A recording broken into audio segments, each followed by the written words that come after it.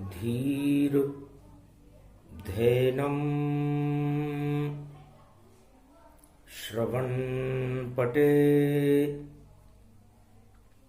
यतिवरा महावाक्य जनार्दन सच्चिदानंदत्वं शरणं ब्रजेश। यादवेन्द्रं दयादाता पुंडरीक्षा क्षीरसागर शयनम कमलनयनम नमस्तुते नमामि श्रीहरि। धैर्य से जिसको धारण किया जाता है, कर्णपटमों से जिनका पान किया जाता है, ऐसे सच्चिदानंद भगवान श्री यादवेंद्र सरकार को मैं नित्य ही चिंतन करता हूं, नमन करता हूं, जिनको नमन करने से मंगल आदि मंगल तो हो ही जाते हैं, साथ ही में बहुत बड़ा बल मिलता है मनुष्य। वाणी ब्रह्माणी करो वाणी पर नितवास, राम कथा वर्णन करूं पूर्ण कर्मा आस। शक्ति उपासनम नव दुर्गे नमस्तुते, उमा गौरी महामंद्राचल भैरवी मंगला भद्रकाली। नमो जगदम्बे नमामि शारदा सरस्वती वीणा पुस्तक धारणी। नमस्तुते भगवती महामयम तुमं शरणं महादेवी। भानु सप्तमी गुप्त नवरात्रा और मंगल मोद प्रकट हो जाए। आज मनाऊं जगदम्बा को, अंधकार तुम देवो हटाए। और प्रकाश फैला दो माता, भानु सप्तमी माघऊ आए। माघ मास में भानु सप्तमी, और देखो भानु रूप दिखाए। वृष भानु दुलारी लली कली, गोलोकस देखो ब्रज को चली। बरसाने की देखो बनी लली, और देखो ब्रज में खिल गई कली। ये प्रकृति रूप श्री राधे है, वृषभानु लली कहलाती है। मिलती है शाम गिरधारी से, जो बाकी छवि दिखाती है। यो बाके बिहारी ब्रजनंदन, 16 कला अवतार भयो। और वृषभानु लली के गले मिल्यो, और दूध दही साकार हुयो। नारायण बन गए देव यहां, और देव नारायण प्रगटाए। तब पूछा भोले शंकर से, ये कौन कहां से है आए। वही कथा अब आप और भोलेनाथ सुनाओ। देव नारायण कौन है, और क्यों भूमंडल प्रगटाओ। कौन बनी ये साडू माता, और गुर्जर वंश शक्ति प्रगटाता। गुर्जर वंश में शक्ति, और प्रगट गई रे गति जान। राधे रानी जगदम्बा, और शक्ति बड़ी महान। यदुवंश में प्रगटे श्री कृष्ण, और ब्रज में नदियां खूब बही। और क्षीर सागर में रहते दोनों, और गोलोकन की देखो खीर बही। और सारा भारत ब्रजमंडल में, और हो गया बहुत उत्साह। और दूध दही माखन मिश्री की, और होने लगी वर्षा। पूरा ब्रजमंडल ही क्षीर सागर हो गया। वह थे देव नारायण उमा जी। हम सब तो नर हैं और देवता और नारायण जब नर बन करके इस भारत मंडल भूमंडल पर अपना अवतरण करते हैं तो सारा भारत देव नारायण हो जाता है। भानु, भानु सूर्य को कहते हैं और भा का मतलब होता है भाना, भा का मतलब होता है भाग्य और नू का मतलब होता है नूर, नूर मन प्रकाश। तो शक्ति का प्रकाश जब जब होता और देव उसे ही भरते हैं। ये देवताओं की नवरात्रा है, सब शक्ति उपासना करते हैं। तो राधा ऐसा रास्ता जो कोई धारण कर ले और वही देवता बनता है और शक्ति सब भर ले। तो राधा नाम रास्ता जानो और धारण करे उसे नारायण मानो। उस रास्ते को जो भी धारण करता है वह रास्ता सदमार्ग है और पूरे त्रिलोक को धारण नारायण करते हैं। और नारायण सभी देवताओं की महाशक्ति है, उसे देव नारायण कहते हैं। अल्प कथा कहता हूं मैं, छोटी सी कथा सुनाता हूं और कैसे जन्मे साडू माता के घर और गुजर वंश बताता हूं। तो गुजर वंश और प्रगटे वहां और श्री कृष्ण भगवान देव नारायण का रूप था और साडू माता जान। साडू माता के कोई संतान नहीं थी। भानु सप्तमी का दिन था। शक्ति की उपासना गुजर वंशों में होती है। दुर्गा उपासना करते गुजर, शिव शक्ति रोज मनाते हैं। लड्डू बाटी का भोग लगाकर भोलेनाथ चढ़ाते हैं और जहां गाय चराते हैं भोले और भोले पे दूध चढ़ाते हैं। ऐसी शक्ति है गुजर में और नया इतिहास बताते हैं। तो कृपा हो गई साडू मां पर और गई स्नान गति पाए। एक कमल के फूल पे और बालक तेरे आए। एक बावड़ी में स्नान कर रही थी साडू माता। भानु सप्तमी सोमवार का दिन था, अमृतमय। उस पुष्प के ऊपर उसने तैरते हुए एक बालक को देखा। सुंदर बालक अद्भुत जाना और गोद खिला रही साडू माता।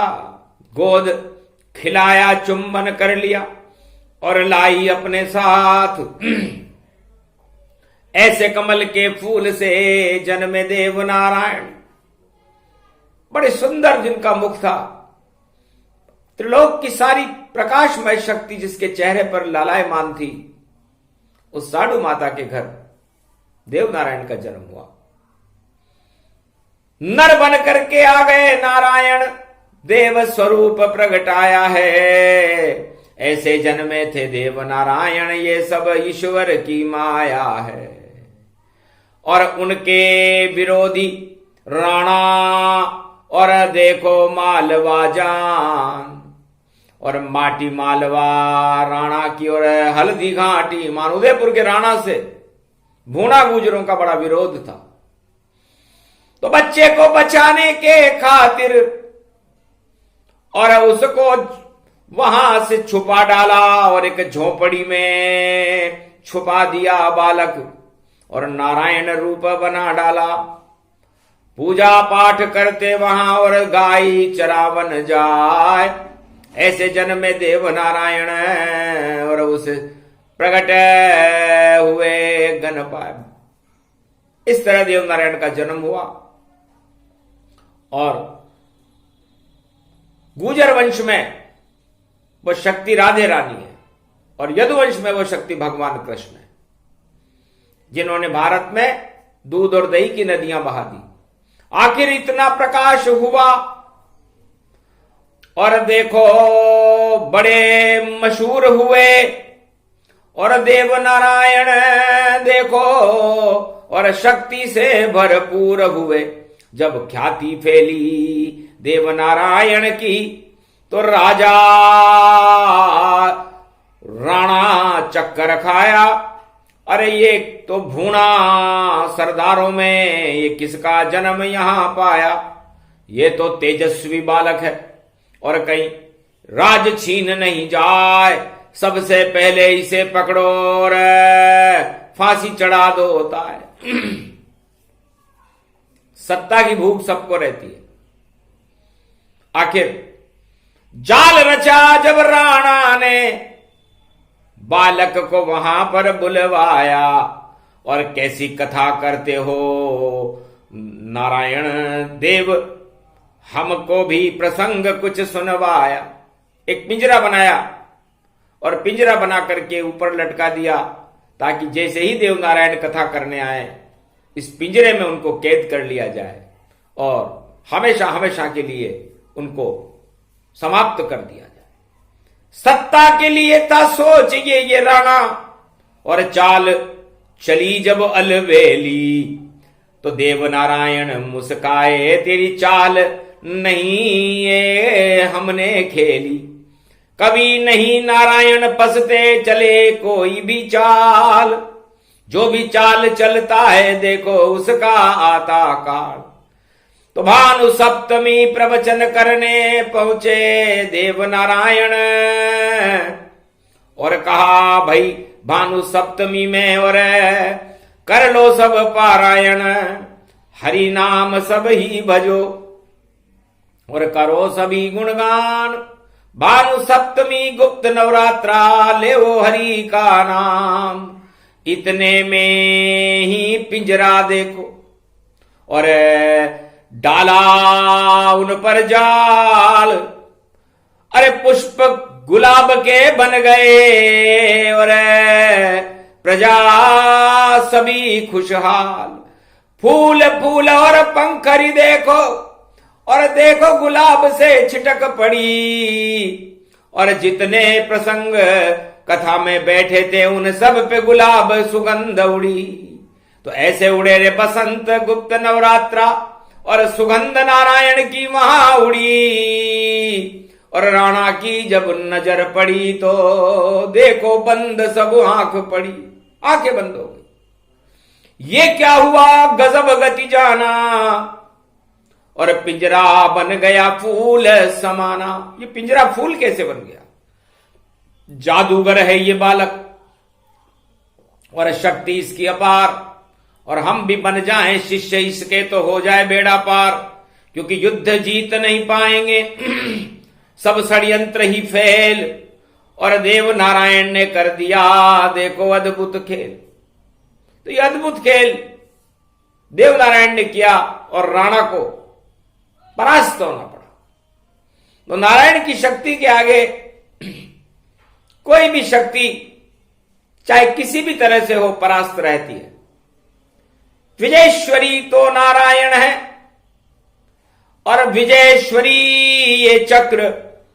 और भारत की रक्षा पर हम भी चला रहे हैं चंडी चक्र। तो चंडी चक्र दुर्गा भगवती भवानी और माता अब तुम देओ चलाए। ये कलयुग की काली काली मां भगवती इसको देवो हटाए।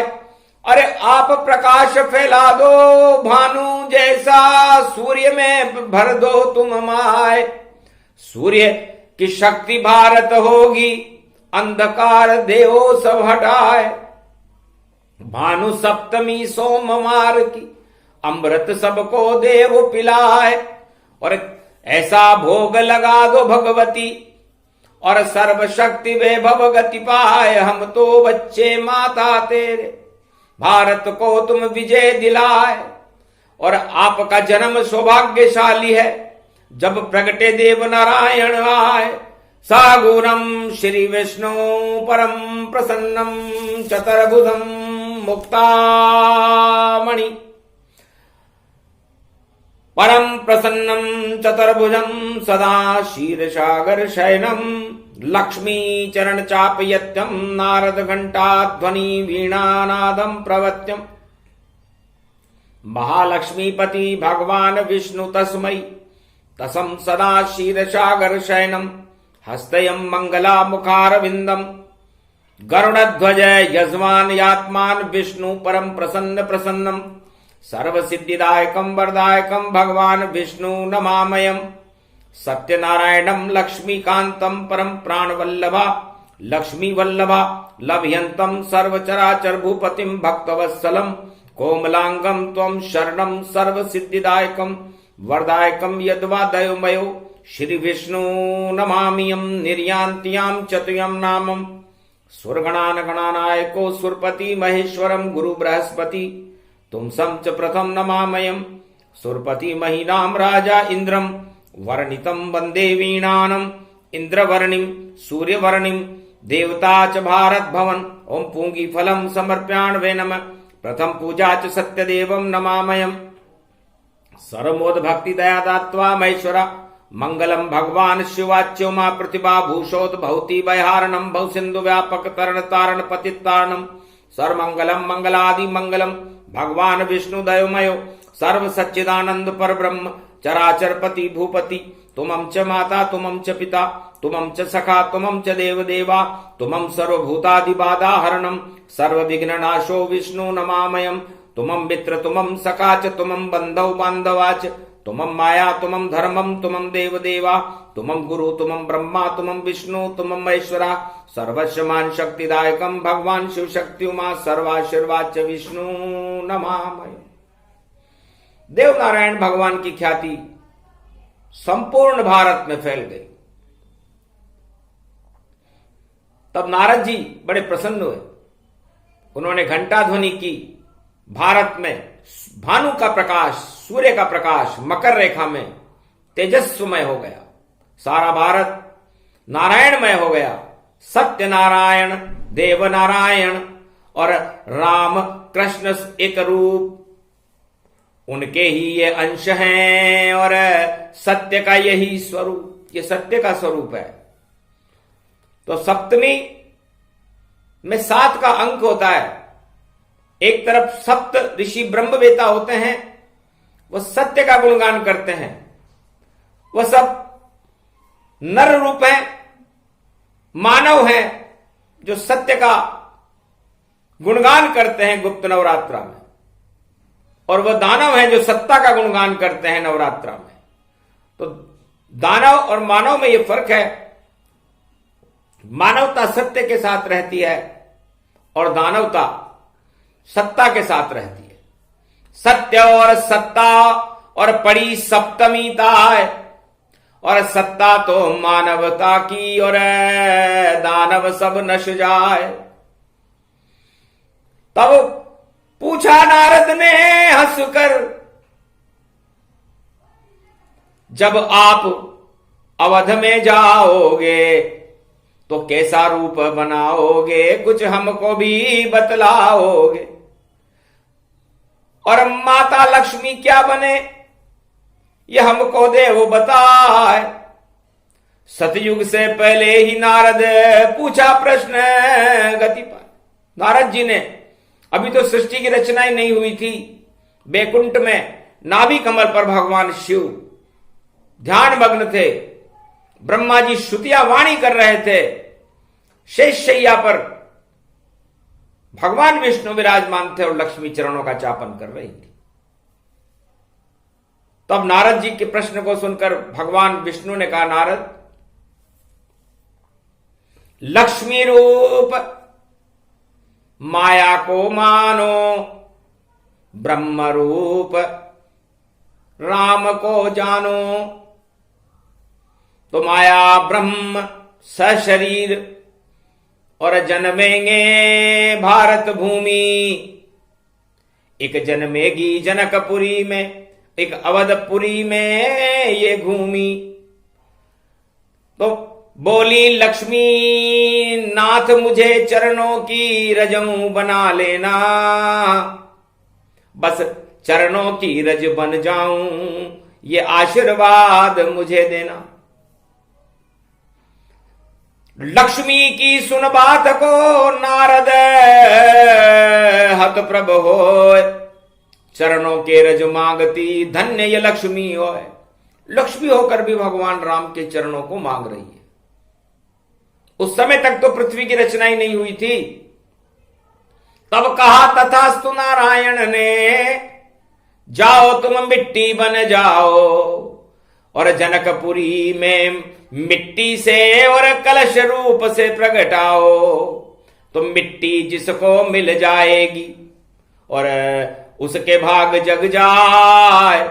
और जनकपुरी में एक किसान है जो राजा जनक कहलाए। राजा जनकपुरी में किसान है, वहां अकाल पड़ा हुआ है। उस अकाल को भी टाल दो। और लक्ष्मी की सब आशा कर रहे हैं, तो तुम मिट्टी में जाओ बनकर लक्ष्मी और सबके भाग जगा देना। और उसे राम रज कहते हैं, सबको तुम राम मिला देना। तो मिट्टी बन गई जानकी और सीता जी को रूप। धन्य धन्य लक्ष्मी तेरा अद्भुत जनक स्वरूप।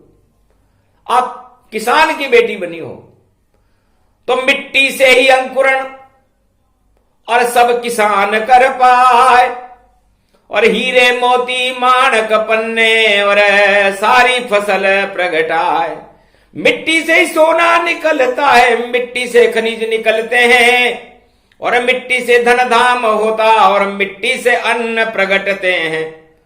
तो अन्नदात्री विष्णु नमामि सदा शिव हर हर महादेवाय त्रिपुंड तिलक त्रिलोचनम।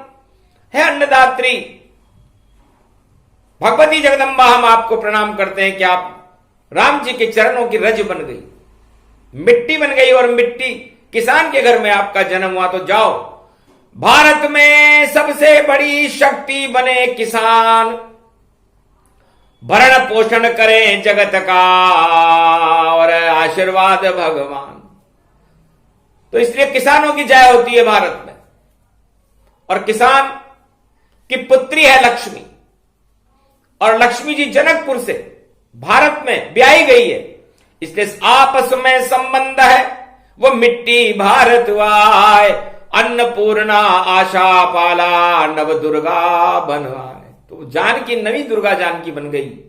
और भारत की मिट्टी ऐसी मिट्टी है जिससे लाल पैदा होते भारत में और अवध में राम जन्माते हैं और 4 लाल बन गए जवान, तो जय जयकार लगाते हैं। तब कहा नारद ने विष्णु से, आप बनोगे क्या? क्षत्रिय वंश में जन्मेंगे हम, भारत लाल कहाय। हम अवध के लाल कहाय, कौशल्या लाल कहाय, हम दशरथ लाल कहाय। तो हम जवान हैं, जय जय होगी और सारे आतंक मिटा देंगे। जो भारत पे आंख उठाएगा हम उसको वहीं निपटा देंगे। तो ऐसे जन्म राम गति कीना और क्षत्रिय वंश पुजे गति दीना। तो जय जवान बन गए राम जी और सीता पुत्री किसान। जय जवान और जय किसान और जय भारत गुणगान। ये भारत है। तो भारत में इन 2 महाशक्तियों का गुणगान चारों युगों में होता है।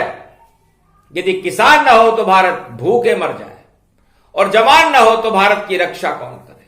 तो ये दोनों राम और सीता जी का रूप है। जवान राम जी का रूप है क्षत्रिय वंश में, जिन्होंने आतंकवाद में रावण की 1.25 लाख नातियों को पराजित करके विजयश्वरी प्राप्त करी थी। वो वही दिन है। महासप्तमी पड़ रही और देखो पड़ रहा जोर राम नाम का भारत में और कलयुग में भी शोर।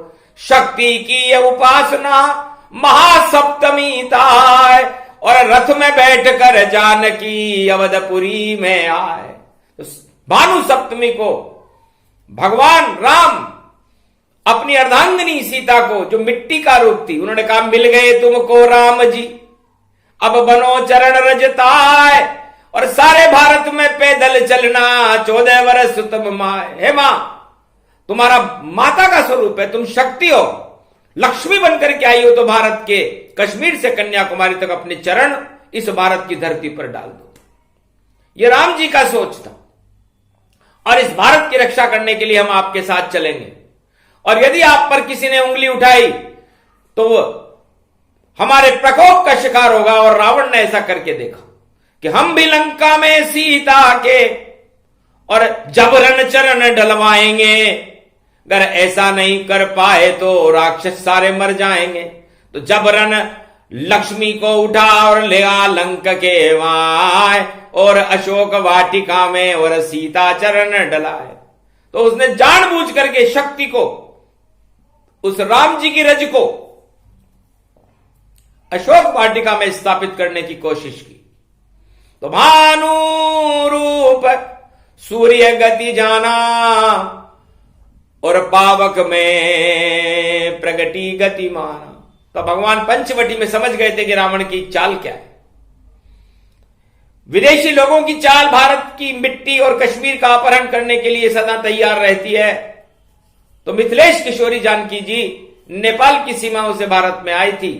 तो इन देशों, इन उत्तम जगहों पर जम्मू, मतलब उसके मुंह के ऊपर ही लोग जम जाते थे।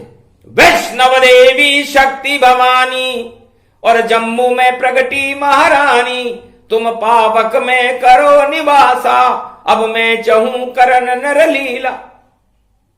राम जी त्याग करते हुए जा रहे थे।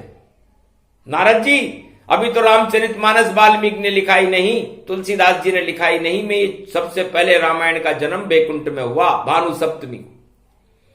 भगवान शिव भी सुन रहे थे। ब्रह्मा हतप्रभ रह गए कि अभी जन्म ही नहीं और उसके पहले कथा चल रही है। तो देवताओं ने कहा महाराज हम क्या करें कि तुम मनुष्य बनोगे तो काम वासना और सत्ता के लोभ में फंस जाओगे। तुम सब नर बानर बन जाना और राम के साथ दिखाओगे। तो राम की सेना बन गई सारी देव नारायण सेना और सारे हार गए जगत में, राम सेना का क्या कहना। तो सारे देवता बंदर बन गए। और भानु सप्तमी पर न जाने क्या क्या हो गया। और सूर्य वंश में भानु ने कहा महाराज क्या होगा कि तेरे ही वंश में जन्मेंगे हम, राजा राम बन आवेंगे और तेरे वंश का नाम रोशन और हम सब भी कर जावेंगे। तब हनुमान जी ने कहा कि मैं क्या बनूं तुम्हारा। तब भगवान शंकर से राम जी ने कहा कि आप छोड़ दो कैलाश को और बनो की गति जान और कंधा देना राम को किष्किंधा गतिमान। हमें आपके कंधे की जरूरत पड़ेगी क्योंकि आप सेनापति होंगे और सेना के कंधे पर राम और लक्ष्मण बैठे रहेंगे। इसलिए किष्किंधा उस किस का मतलब बंदर होता है और उस बंदर ने कंधा दिया भारत को। और वो किस कंधा, वो हनुमान जी थे जहां पर पंपापुर था। तो ऐसा कंधा दिया रे राम लखन को और विजय हो गई राजा राम। हार गए रावण सब सत्ता, हो गया उनका काम तमाम। ऐसे जन्मी थी रामायण और बैकुंठन में जन्म दिखाए। भानु सप्तमी सत्य रूप में रामचरितमानस प्रगटाए। सतयुग में इसे लिखे वाल्मीकि, कलयुग तुलसीदास लिखाए। पर जन्म हुआ बैकुंठ में इसका, भानु सप्तमी सत्य दिखाए। इस तरह मर्यादा पुरुषोत्तम राम जवान बने और सीता मिट्टी बनकर किसान की पुत्री बनी। तो किसान और जवानों का ही भारत में चारों युगों में महत्व है। बाकी सत्ताएं तो आती रहती है और जाती रहती है। इसलिए सत्ता छोटी होती है, सत्य बड़ा होता है। और सत्य का प्रकाश इस भानु सप्तमी में नारद जी के प्रश्न पर और उमा जी के प्रश्न पर भगवान शंकर ने और भगवान विष्णु ने सुनाया। ब्रह्मा ने कहा मैं क्या बनूं, तब कहा बनो तुम वशिष्ठ, अरे ब्राह्मण बनकर जन्मो अवध में और बनो हमारे गुरु वशिष्ठ। अरे ब्रह्मा जी आप ब्राह्मण हो तो हम क्षत्रिय वंश में आएंगे तो हम जगत गुरु तो बनेंगे नहीं, तो आप हमारे गुरु बनो। तो ब्रह्मा बन गए वशिष्ठ और धन्य धन्य मेरो भाग, और नारायण को गुरु बनूंगो जगे ब्राह्मण भाग। तब से ब्राह्मणों के भाग जग गए और गुरु वशिष्ठ ब्रह्मा जी बने, क्योंकि सारी ब्रह्म विद्याओं को जानते थे। और रावण भी बड़ा ब्रह्मवेता था, 4 वेद 6 शास्त्र 18 पुराण कंठस्थ थे। कोई छोटी मोटी हस्ती नहीं था रावण, पूरे त्रिलोक को नचा सकता था। और वो चाहे तो राम जी को भी देखो हजारों चक्कर खिला सकता था, पर जिसके गुरु वशिष्ठ हो उसको कौन हराए। और राम ने रामायण में देखो ये संकेत प्रगटा। जब माताओं ने पूछा ये युद्ध छोटे छोटे हाथों से कैसे जीता राम जी, बालक हो आप तो, तब का गुरु वशिष्ठ कुल पूज्य हमारे, इनकी कृपा धनुजरण मारे। अरे गुरु वशिष्ठ ने हमें जो विद्या सिखलाई तो सारी दानवता का भी हमने समाप्त कर दिया। तो भगवान नारद ने पूछा महाराज ये क्या है, आप कैसे राजा बनोगे, आपके सामने कोई समस्या आएगी तो समाधान कौन करेगा। कि हम ऐसे राजा बने भारत के युवराज, और सभी समस्याओं से हम ही और युद्ध करें तत्काल समाधान हम ही करें, नहीं समस्या होए और सबसे बड़ी समस्या को हम पहले ही क्षय होए। जो भी समस्या हमारे सामने आएगी सबसे पहले राजा जाएगा उसे समाधान करने के लिए। इसलिए अयोध्या के लिए सबसे बड़ी समस्या रावण था, उसका आतंकवाद था। और भगवान राम ने अयोध्या का त्याग कर दिया, क्योंकि त्याग करते हुए आ रहे। सबसे पहले उन्होंने बैकुंठ का त्याग किया, उसके बाद उन्होंने अयोध्या का त्याग किया, उसके बाद उन्होंने अपने दोनों भाइयों का त्याग किया, और फिर उन्होंने अपने सारे अयोध्या की प्रजा का त्याग किया।